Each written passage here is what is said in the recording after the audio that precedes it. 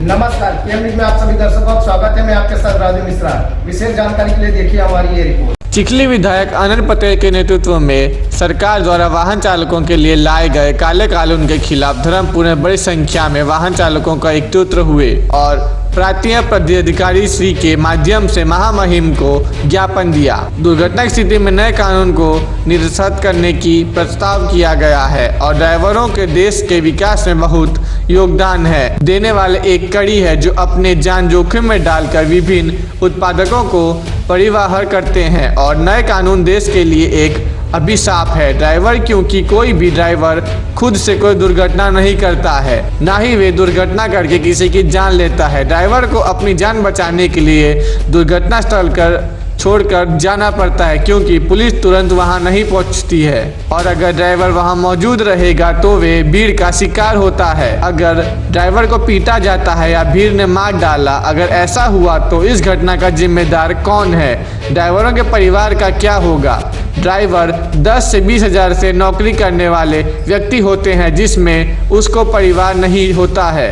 अगर अचानक कोई दुर्घटना हो जाए तो इतनी बड़ी रकम कहां से चुकाई जा सकती है? जिस तरह कानून किसानों के लिए काला कानून था, उसी तरह ये कानून वाहन चालकों के लिए काला कानून है। अगर इस कानून को तत्काल प्रभाव से रद्द नहीं किया जाता है, आने वाले दिनों में वाहन चालकों के लिए कार्यक्रम आयोजित किया जाएगा। वाहन चालकों के हित को ध्यान में रखते हुए रोड रोका जाएगा, हड़ताल किया जाएगा और वे करने के लिए मजबूर हैं, जिसमें पूर्व जिला पंचायत सदस्य श्री जयश्री बेन, जिला पंचायत प्रतिपक्ष नेता श्री रमेश पाडवी, सरपंच श्री दिनेश भाई, सरपंच श्री शरण मोकासी, रोहिणा गांव के सरपंच श्री जयेंद्र गणपति शामिल हुए। नेता भावेश भाई और साथी मित्रों वाकला गांव के राकेश भाई और साथी मित्रों काकर कुआं के किरण भाई और प्रतापी रवि रलिंग परियोजना संघर्ष समिति के अध्यक्ष श्री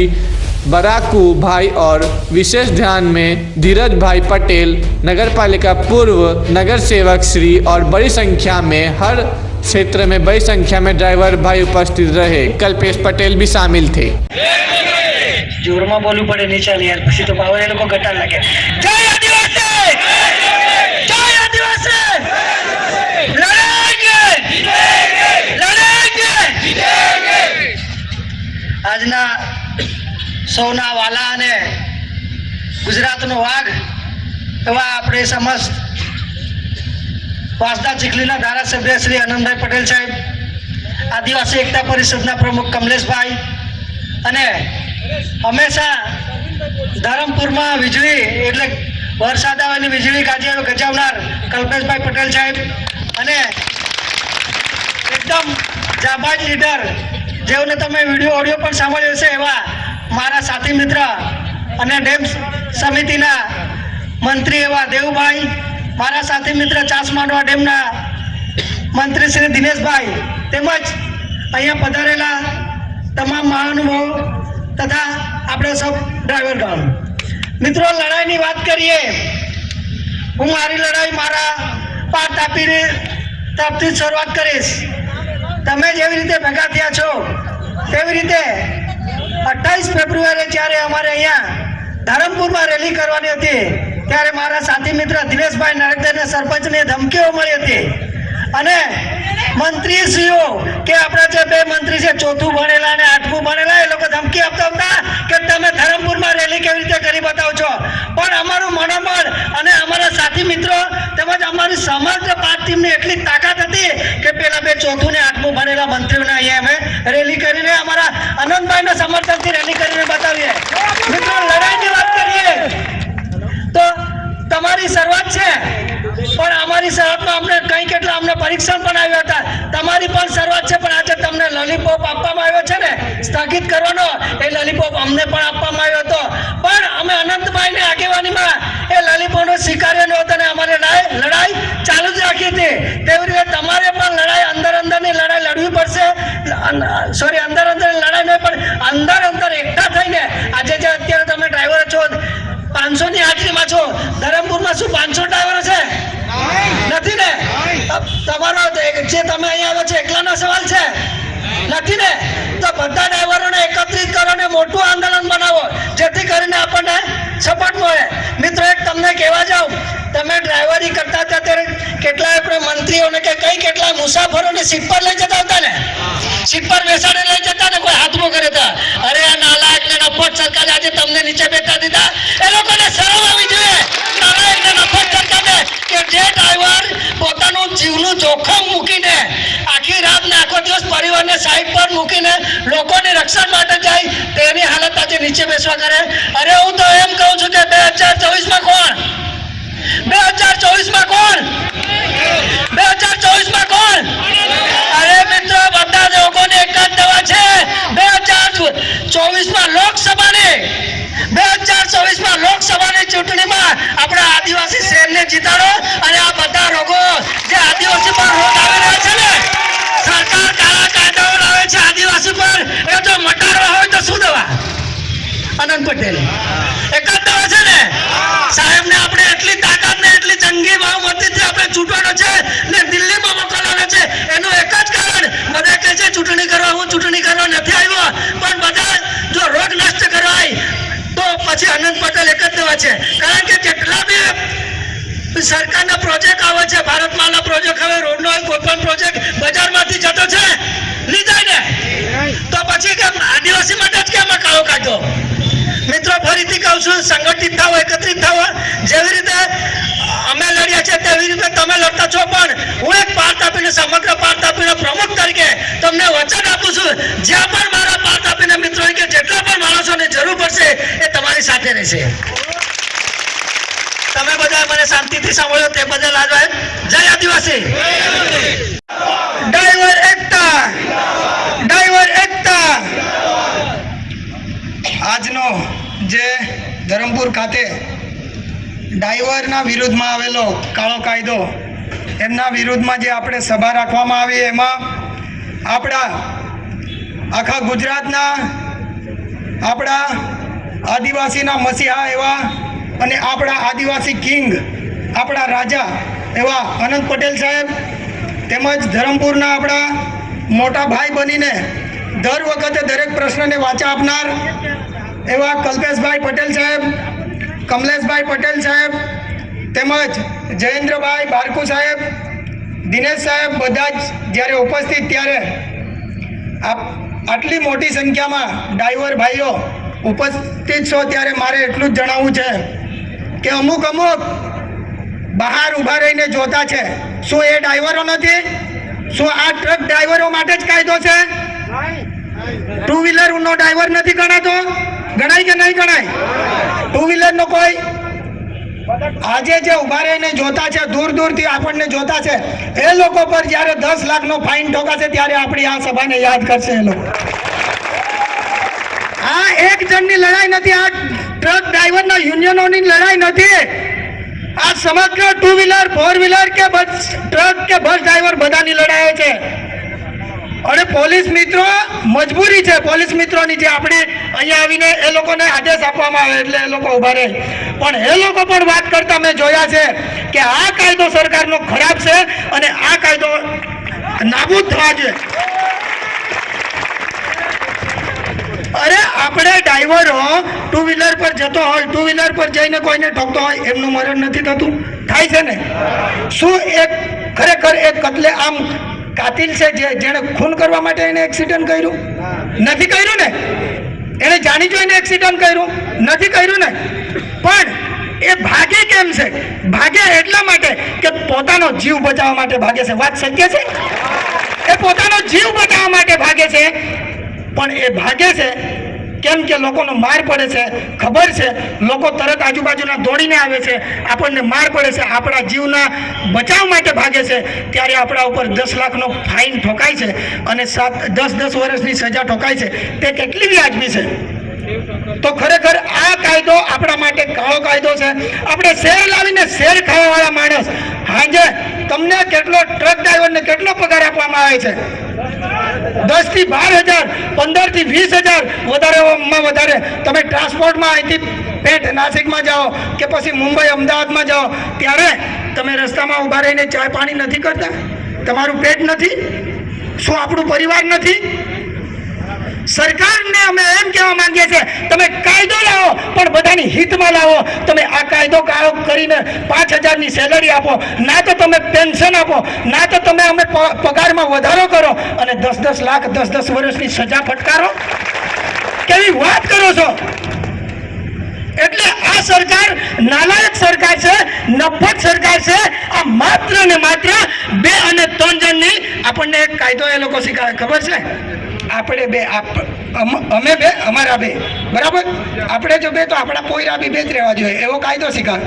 પણ એ લોકોએ શું કર્યું કે અમે 2 અને અમારા વેપારી 2, બરાબર, દેશ વેચવા માટે નીકળી પડ્યા. અને એ લોકોએ આ સરકારે માત્ર ને માત્ર ઉદ્યોગપતિ માટે જ કામ કર્યું છે. યાદ રાખજો, 85 થી 90% લોકો આપણે ગરીબ છે. માત્ર ને માત્ર 3% લોકો આપણા દેશ પર, આખા દેશ પર શાસન ચલાવે છે. વાત સત્ય છે ને? આપણે ગરીબ છે, આપણે શેર લાવીને શેર ખાવાવાળા માણસ આપણા પર 10-10 લાખ ફાઇન કરે છે. કાયદો લાવો, કાયદો કરો, કાયદાની જરૂર છે, કાયદાથી દેશ ચાલે છે, અમે માનીએ છીએ. પણ એવો કાયદો નથી લાવો કે જેને પોતે તો આત્મહત્યા કરવા પડે પણ એના પરિવારો, એના પોયરાઓ ભૂખે મરે, એવો તો કાયદો નહીં લાવો. કેવી વાત કરો? કેવો કાયદો લાવો? અરે જે આજે તમારા આજે દેશની, આપણા દેશની આર્થિક જે હડ્ડી છે મજબૂત, જે ટ્રાન્સપોર્ટથી આર્થિક આપણા દેશની જે આર્થિક પરિસ્થિતિને ચલાવનારો ડ્રાઈવર ટ્રાન્સપોર્ટ માટે, એને જો તમે આવી રીતે ફાઇન કરતા હોય તો એ કેટલું વ્યાજબી કહેવાય? તો ખરેખર આ કાયદાના વિરુદ્ધમાં આપણે છે. અનંત સાહેબ તો છે જ, પણ દરેક વખતે ઇલેક્શન આવે અને 2024 આવી ગયું છે ને 2024માં બી ચૂંટણી આવવાની છે ને. આપણે ચૂંટણીનો પ્રચાર કરવા માટે નથી આવ્યા, પણ શું આપણે અનંત પટેલને મત આપ્યો? હું ધરમપુરનો છું, મેં અનંત પટેલ સાહેબને આજ સુધી એક વોટ નથી આપ્યો, બરાબર? વાત હકીકત છે ને? પણ જ્યારે પણ કોઈ પણ પ્રશ્ન હોય, પાર તાપી રિવર લિંક પ્રોજેક્ટ હોય કે પછી કોઈ ફોરેસ્ટનો પ્રશ્ન હોય કે પછી કોઈ પાવર હાઉસનો હોય કે કોઈ પછી કર્મચારીનો હડતાલનો પ્રશ્ન હોય કે જે કંઈ બી આ ડ્રાઈવર યુનિયનનો પ્રશ્ન હોય, ત્યારે માત્ર ને માત્ર આદિવાસી સમાજના નેતા, આપણા મસીહા, આપણા કિંગ અનંત પટેલ સાહેબ આપણી વાહરે ઉભા રહ્યા છે. મારી ખાસ કરીને નમ્ર અપીલ છે, હાથ જોડીને મારી અપીલ છે, અનંત સાહેબને તમે ભૂલતા નહીં, હું પણ નહીં ભૂલીશ. આપણું ખર્ચ જે 1 મહિનો કે 2 મહિનો ઇલેક્શનનો ચાલશે, આપણે રાત દિવસ કરીને અનંત સાહેબ ના બી ઉભા રહે તો આપણે ઉભા રાખીશું ને. અનંત સાહેબને આપણે ઉભા રાખીશું, અનંત સાહેબને જીતાડવાના છે. અનંત પટેલ સાહેબના પોતાના માટે. જય આદિવાસી, જય આદિવાસી, જોહાર બધાને. થોડા દિવસ અગાઉ જે સરકારે જે અગાઉ ખેડૂતો માટે કાળો કાયદો પસાર કરેલો હતો, એ જ કાયદો ફરી ડ્રાઈવરો પર થોપીને આપણને બધાને એક કરવાનું સરકારે ફરી એક સંગઠન ઊભું કરી આપ્યું. આપણને એક એકતા થવા માટે ફરી એક મોકો આપ્યો. તે બદલ સરકારનો પણ આભાર માની અને સાથે ચેતવણી પણ આપીએ છીએ કે તમારી સામેનું આંદોલન અમારું કાલે પણ ચાલુ હતું, આજે પણ ચાલુ છે અને આવતીકાલે પણ ચાલુ રહેશે. અહીંયા આવ્યા આનંદભાઈ, આવ્યા સાથે દેવુભાઈ મુખાસી, મોહના ગાવચાઈના સરપંચ, નડકદરી સરપંચ દિનેશભાઈ, અમારા રમેશભાઈ પાડવી સાહેબ, કમલેશભાઈ, બારકુભાઈ, તમામ આગેવાનો આવ્યા. ત્યારે બધાને એવું થતું હશે કે રમેશભાઈ કેમ નહીં આવ્યા, પરંતુ રમેશભાઈ એક મેસેજ પહોંચાડ્યો છે કે તાનાશાહી સામે લડતા લડતા અમારા પર એક ફરિયાદ દાખલ થઈ છે, ટૂંક સમયમાં આપની સમક્ષ આપની લડાઈમાં સાથે રહીશ. આનંદભાઈ આવે એટલે બધા તમને કદાચ એવું કહેતા હશે કે આ તો પેલા આદિવાસી વાળા ધારાસભ્ય આવ્યા, પણ આ ડ્રાઈવર પર ફક્ત આદિવાસી સમાજના ડ્રાઈવરો નથી, દરેક સમાજના ડ્રાઈવર છે અને દરેક સમાજના હકની લડાઈ આ તમામ મંચસ્થ મહાનુભાવો અને તમે બધાને આપણે સાથે થઈને લડી રહ્યા છે. ત્યારે આપણે બધાએ તાકાતથી લડવાનું છે, કારણ કે અહીંયા આવ્યા ત્યારે અમને એવું થયું કે જ્યારે શરૂઆતમાં આપણે જ્યારે આંદોલનની શરૂઆત કરી, તમામ જગ્યાએ મજબૂત રીતે ડ્રાઈવરો આગળ આવી ગયા અને ચક્કાજામ કરવાની વાત કરી, બધા એક થઈ ગયા. પરંતુ ધીરે ધીરે એ લોકોને ખબર પડી ગઈ કે ડ્રાઈવરોનું સંગઠન એક થઈ ગયું એટલે તમારામાં વિભાગ પાડી દીધા ને, અને લોલીપોપ આપી દીધો સરકારે કે સ્થગિત, મોકૂફ. પણ આપણને સ્થગિત અને મોકૂફ શું છે એ સારી રીતે ખબર છે. ખબર છે ને? ખબર છે ને? ડ્રાઈવરો પર ગુનો દાખલ કરવામાં આવે અને ખોટી રીતના હેરાન કરવામાં આવે તે આદિવાસી સમાજ અને પાઘડીવાળાને બિલકુલ સ્વીકાર્ય નથી. એ વાત પણ અમારી જમીનની આવાજથી આજે કહી દઈએ છે લોકોને. સાથે મારે તમને લોકોને પૂછવું છે, તમને મારા ડ્રાઈવર ભાઈઓને કહેવું છે, આજે તમારા પર જે અન્યાય થયો છે માટે તમારી બેન દીકરીઓને ભણાવજો.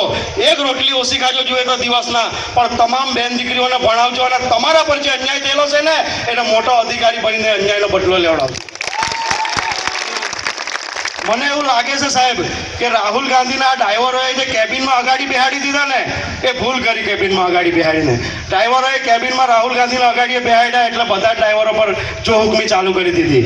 પરંતુ હવે મારે તમને કહેવું છે, આ કાયદો કોણે બનાવ્યો લોકસભામાં?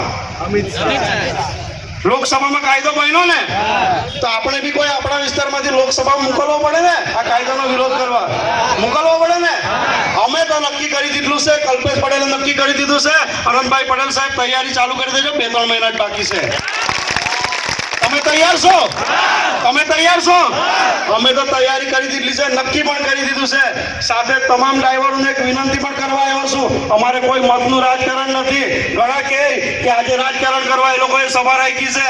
હા, અમે રાજકારણ કરીએ છીએ. તમે બી આવો આ મંચ પર અને તમે પણ રાજકારણ કરો, તમને કોણ ના પાડે છે? પરંતુ ડ્રાઈવરોના સહકારમાં આવો. જે ભાઈઓ આજે એક થઈને આવ્યા છે એ લોકોએ ખબર પાડી દીધું ડ્રાઈવર કોણ છે અને શું કરી શકે એ તાકાત તમે ધરમપુરમાં બતાવી છે. આવનાર સમયમાં તમે બધા થઈને એક અમને આહવાન કરજો. આનંદભાઈ તમને બી વિનંતી કરીએ કે આહવાન કરજો. તમામ રસ્તા તમામ વસ્તુ બંધ કરી દેશું. એ તાકાત આદિવાસી અને આ ડ્રાઈવર સારી રીતે સાથે ધીરજભાઈનો બી આભાર માનું છું. એમણે પણ ખૂબ સંઘર્ષ કર્યો અને આપણી લડાઈમાં સાથે છે. ઘણા લોકોના મેસેજ આવ્યા કે બિરસા મુંડા સર્કલ અને બાબા સાહેબ સર્કલે કેમ રાખ્યું, પરંતુ સાહેબ અમને એવો વિચાર આવ્યો કે જેમણે કાયદા બનાવ્યા છે, બંધારણનું ઘડતર કર્યું છે, આપણે ન્યાય માંગવાનો છે તો એમની જ પાસે બેસીને કેમ નહીં ન્યાય માંગીએ? એટલા માટે અહીંયા કાર્યક્રમ કર્યો છે. આગામી દિવસોમાં આપણી સાથે તમામ ડ્રાઈવરો પણ જોડાયેલા છે. બસ ડ્રાઈવરોના પણ ફોન હતા, અમને એમ્બ્યુલન્સના ડ્રાઈવરો છે એમના બી ફોન હતા. તમારી લડાઈમાં સાથે છે, પરંતુ ક્યાંક ને ક્યાંક એમના માલિકો દ્વારા એમને પણ પ્રેશર કરવામાં આવ્યું છે. પરંતુ એ માલિકોને પણ અમે કહીએ છીએ તમે શાનમાં સમજી જજો, અમારા ડ્રાઈવર ભાઈઓને સહકાર આપજો. અહીં તો એ દિવસ દૂર નહીં, તમારે જાતે ડ્રાઇવિંગ કરવું પડશે અને તમારી શાન ઠેકાણે આવી જશે. દરેક જગ્યાએ અન્યાય થયો છે ત્યારે અમે દરેક અન્યાયની સામે લડ્યા છે. અનંતભાઈની આગેવાનીમાં લડ્યા છે અને જીતા પણ છે. અને તમને પણ આજે ખાતરી આપું છું, આ લડાઈ પણ આપણે બધા થઈને જીતીશું. જીતીશું ને? જીતીશું ને? આપણી લડાઈ આજે પૂરી નથી થતી, આ લડાઈ ચાલુ રહેશે. આગામી દિવસોમાં જે પણ કાર્યક્રમ કરવો પડશે દરેક કાર્યક્રમ કરીશું. પરંતુ તમામ ડ્રાઈવરોએ તમારું જે એકતા છે, જે સંગઠન છે એ જાળવી રાખજો. કારણ કે ઉપલા લેવલે જે સંગઠન હતું એને તો લોલીપોપ આપીને તોડી નાખ્યું. ફક્ત અને ફક્ત આપણા દક્ષિણ ગુજરાતમાં એક તમારા લોકોનું જે એક સંગઠન છે, જે મજબૂત સંગઠન આજે પણ ટકી રહ્યું છે અને આજે અહીંયા દેખાઈ રહ્યું છે.